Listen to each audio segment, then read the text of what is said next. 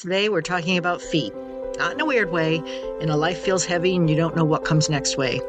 We'll use some inspiration from the show Lessons in Chemistry, how running and rock climbing lessons can help to explore how slowing down, staying present, and trusting yourself can help quiet anxiety and bring you back to solid ground.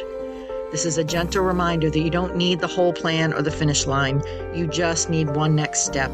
No fixing, no pushing, just one foot and then the next. It's perfect for anyone feeling overwhelmed, stuck, quietly exhausted. Hello, my friends. Whether you've been here for a while or this is your very first time pressing play, I'm really glad you're here today. Maybe you're listening while walking the dog, folding laundry, driving somewhere, or sitting still because you just need a few quiet minutes to yourself. However you arrived here, welcome. And if someone sent this to you, it sounds like they know you might need to quiet your mind and refocus on what's important. This space exists for moments like this, moments when life feels full or uncertain or heavy, and you want a place to land where nothing needs to be fixed right away. You don't need to arrive polished or certain or knowing what you need to do. You just need to arrive as you are. So today we're going to talk about feet. Now, please don't stop listening. I swear this is not a podiatry show or an OnlyFans episode. Let me explain. I want to share a bit about something a dog said that really got me thinking. And no, I can't hear dogs talking, but wouldn't that be amazing? The stuff they see and they could probably tell us. They'd probably be like, just chill, man, and stop worrying so much. No, what I want to share is about a show called Lessons in Chemistry and what this dog said that made me reflect. And if you haven't seen the show, it's amazing so far, and I'm only about halfway into season 1. But the main character was really down, and she got out of her funk by walking her dog and then running with him, which is what her boyfriend would do. Now, I don't want to share too much, but they showed the dog's point of view of watching her be so sad, but still getting up and moving. And the dog's dialogue was, that's the beauty of running. When you don't think you can move forward, when you're sad about your yesterdays and not sure what's going to happen tomorrow, your purpose is just being there, putting one foot in front of the other. 1 foot, 1 foot, 1 foot. It's all you have to think about. 1 foot, 1 foot. And then sure enough, you'll be home. And this got me thinking about just looking at that next step where your 1 foot needs to go, that it sounds so simple and almost too obvious. Yet, when practiced gently and consistently, can change the way we experience stress, anxiety, grief, decision-making, and even our relationship with ourselves. So we're going to talk about taking the next step, not the entire journey, not the full mountain, not the whole marathon, just the next step in front of you. And we're going to look at this idea through 2 metaphors that I love. The one that I just shared from running and one from rock climbing about how they only focus on the 6 feet around them. And then we'll go deeper into the part that we don't talk about enough. Trusting ourselves to take that step when fear, doubt, or past experiences make us hesitate. So the quote from Lessons in Chemistry describes the beauty of running, not as a competition or achievement, but as a practice of simplicity and presence. When you run, all you really have to do is put 1 foot in front of the other. 1 foot, then the next, then the next. You don't need to calculate the miles ahead. You don't need to visualize the finish line. You don't need to predict how tired you'll be later or whether you'll still feel strong at the end. You just move, 1 step at a time. And when I heard that, it really struck me because I realized how often we make life harder than it needs to be by insisting on seeing the whole picture before we move. We tell ourselves we need clarity before action, certainty before effort, confidence before beginning. But running doesn't work that way, and neither does living. We don't actually gain clarity by standing still and overthinking. We gain it by moving slowly and imperfectly forward. Now, most of us don't struggle because of the step we're on. We struggle because of the hundreds or thousands of steps we're imagining ahead of us. We're not overwhelmed by today. We're overwhelmed by next month, next year, the long-term consequences, the possible disappointments, the fear that we'll choose wrong or fail or worse, end up exactly where we started. Our minds race ahead, creating stories and trying to protect us, trying to control outcomes that haven't happened yet. And in doing so, we exhaust ourselves before we even begin. But real running, the kind that steadies your breath and clears your mind, doesn't ask you to solve the whole route. It asks you to stay present with your body. It asks you to trust that the next step will reveal itself once you take the current one. Healing works that way. Growth works that way. Peace works that way too. Maybe right now, life feels like a marathon that you didn't train for. You're carrying responsibilities you didn't choose, holding space for other people's needs, trying to be steady while quietly wondering how much longer you can keep going at this pace. Or maybe you're in a season of transition, grief or change or uncertainty, and the lack of a visible finish line makes everything feel unstable, and we feel unsteady on our feet. When we're in these moments, advice like just keep going can feel hollow or condescending or without any care. Just keep going doesn't mean push harder or ignore your limits. Sometimes it simply means stay with yourself and take the next step you can take, even if it's small, like we're always talking about here, even if it doesn't feel impressive. And then this is where the second metaphor comes in, one that deepens this idea and grounds it into safety and trust. Rock climbers are taught something called the 6-foot circle. When a climber stretches their arms and legs out, the space they can physically reach, roughly 6 feet around their body, this becomes their entire focus. That circle is where their safety lives. That's where decisions are made for the next move, and then that's where movement happens. Anything outside that circle is intentionally ignored or irrelevant. Climbers don't fixate on the top of the cliff. They don't panic about the route they'll take 30 minutes from now. They don't worry about handholds that they can't yet reach, because focusing on what's outside their control doesn't make them safer. It makes them distracted, which then leaves them more unsafe and unsteady, because in climbing, distraction can be dangerous. So instead, they stay present. Where can my hand go next? Where can my foot land safely? What do I need right now to stay steady? And do I need a solid anchor to place into the side of the mountain to feel more secure? Again, I remember thinking this isn't just about climbing. This is about being human. Most of us live far outside our 6-foot circle. We worry about conversations that haven't happened yet. We replay moments from the past, wondering what we should have said or done differently. We try to anticipate every possible outcome so we won't be surprised or hurt. And while some planning is necessary, living entirely outside our circle keeps our nervous system in a constant state of alert. We're carrying weight we were never meant to carry all at once. So what if just for today, we practice staying inside our circle? What if we asked ourselves, what is actually within my reach right now? What is mine to tend to today? And what is outside my control, even though I keep trying to control it?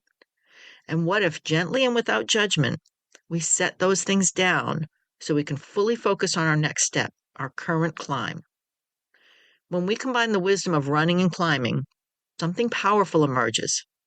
Running teaches us to keep moving, one foot in front of the other, without needing certainty about the finish line. Climbing teaches us to stay present, to focus on what's within reach, and let go of what isn't. Together, they offer a way of living that's grounded, intentional, and kind to our nervous system. Stay present and keep going, one small reachable step at a time. But here's the part we don't talk about enough. Knowing that intellectually is one thing. Actually doing it is another.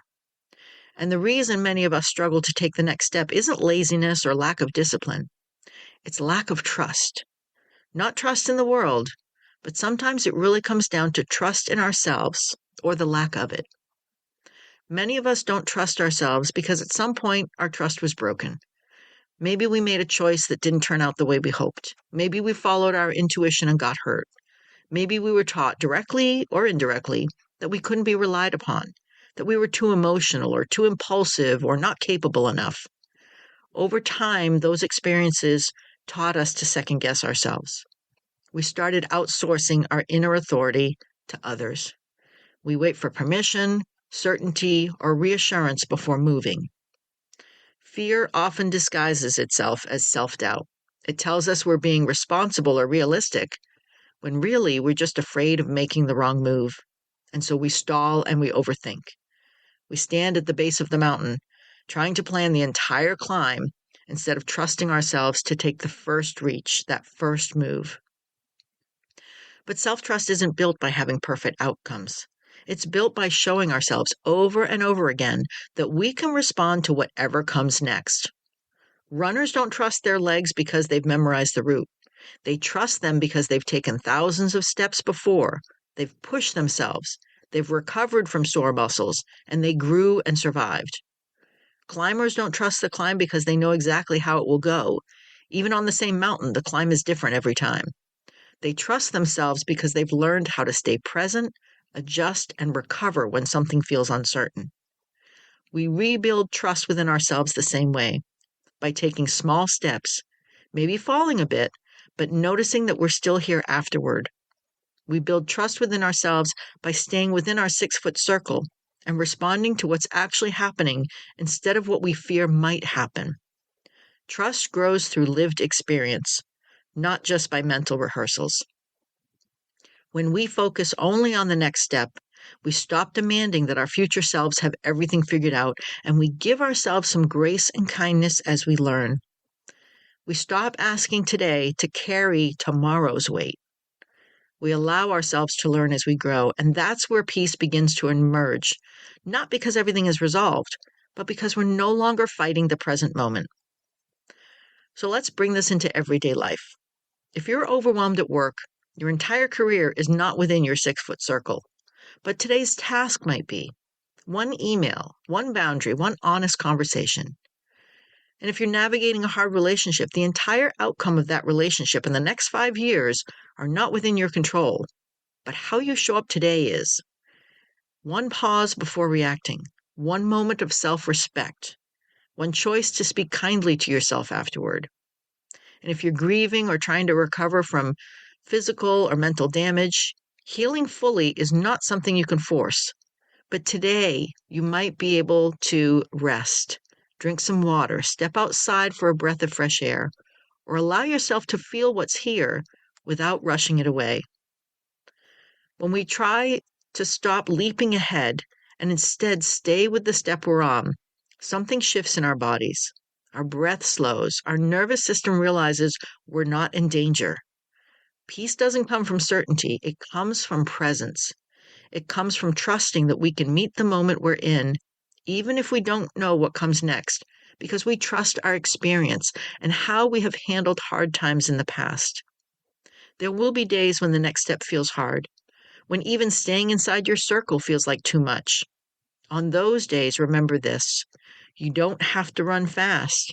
You don't have to climb gracefully. You don't even have to feel hopeful. You just have to stay with yourself and feel what you need. Sometimes the next step is rest. Sometimes it's asking for help. Sometimes it's choosing not to quit, even when quitting feels tempting. Progress is rarely loud. It's quiet and ordinary, and yes, sometimes painful and hard. It often looks like showing up again after you thought you couldn't. Like trusting yourself enough to take one more step, even when your confidence is shaky.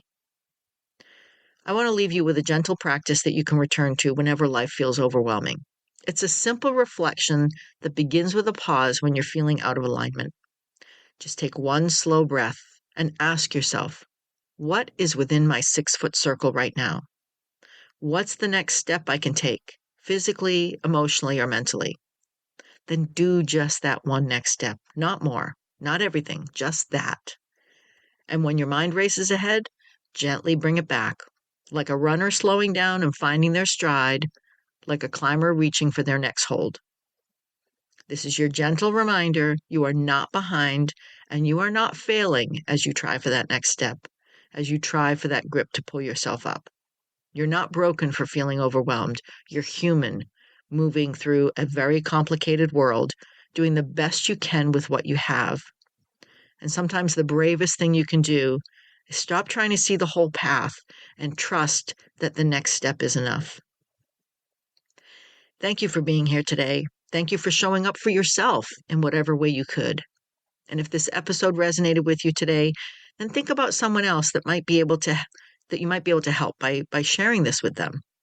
Maybe someone else is feeling overwhelmed, unsteady, and needs to learn to find their footing and trust within themselves. Please subscribe or follow this podcast. It really does help, even if you don't listen to every show right away. It will help me and help yourself by getting notified of any new episodes that you might want to listen to later. And seriously, check out Lessons in Chemistry.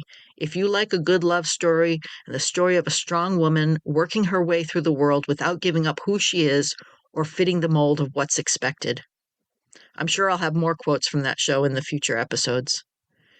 I hope you carry these images with you, that one foot in front of the other, and of being on the climb and just moving one steady reach within your circle. That is how you will find your peace. One step, one reach, one small move forward, little by little, and piece by piece. This podcast is based on my own life experiences. I'm not a therapist, a psychologist, psychiatrist, or any other licensed medical professional. Please share this podcast with anyone you think needs to hear this so that we all move forward, little by little and piece by piece. And thank you, Purple Planet, for sharing your music.